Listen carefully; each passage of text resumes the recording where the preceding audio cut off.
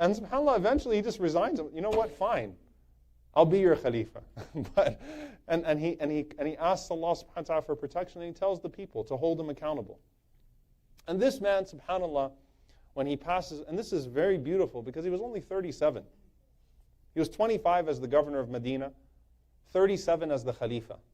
I mean, he's a young man, subhanAllah. He really, really could have been driven by his ego. And he comes from a family of rulers.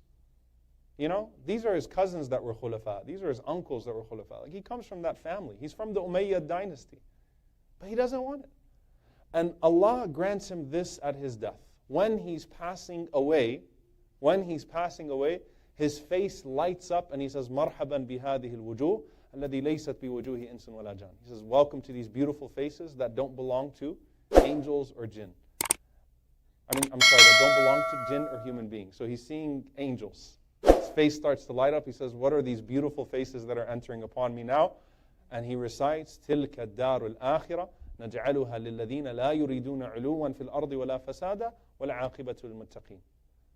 He recited that verse, that this Jannah, this paradise is for people that don't seek status in this world. He had been Khalifa for 2.5 years. He could have used it, and he could have been corrupted along the way. He didn't want it. He didn't want it before he started. He didn't want it while he was doing it. But he did an excellent job, and there's a lesson in that. It's not like I don't want it, so I'm going to sit at home and be horrible about it.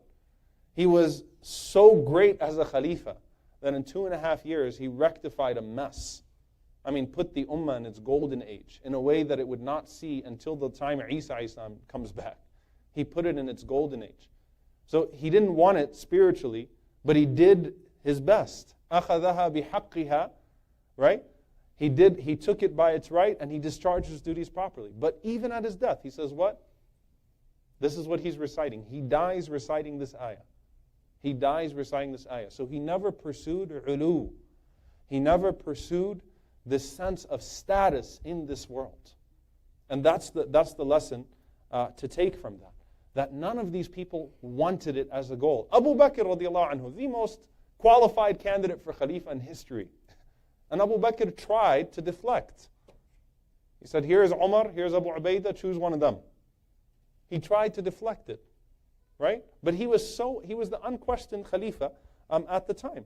So not wanting it, but being forced. And what does that mean? So this is the second thing. What if you're not, what's the difference between, or what does it mean when you don't want it, but people are asking you to do it? This is where Uthman radiallahu anhu comes. Uthman radiallahu ta'ala anhu was told by the Prophet ﷺ, there will come a time when people will ask you to resign from your position, and Allah gave you that position. He said, "La tanzi' qamisan qammasaka Allahu biha." Do not take off a garment that Allah dressed you with. That's the wisdom of the Prophet ﷺ. Don't take off a garment that Allah put on you. So if you are put in a position rightfully, and people try to take it away from you wrongfully, the Prophet ﷺ said, you got to keep it. You do what you have to do.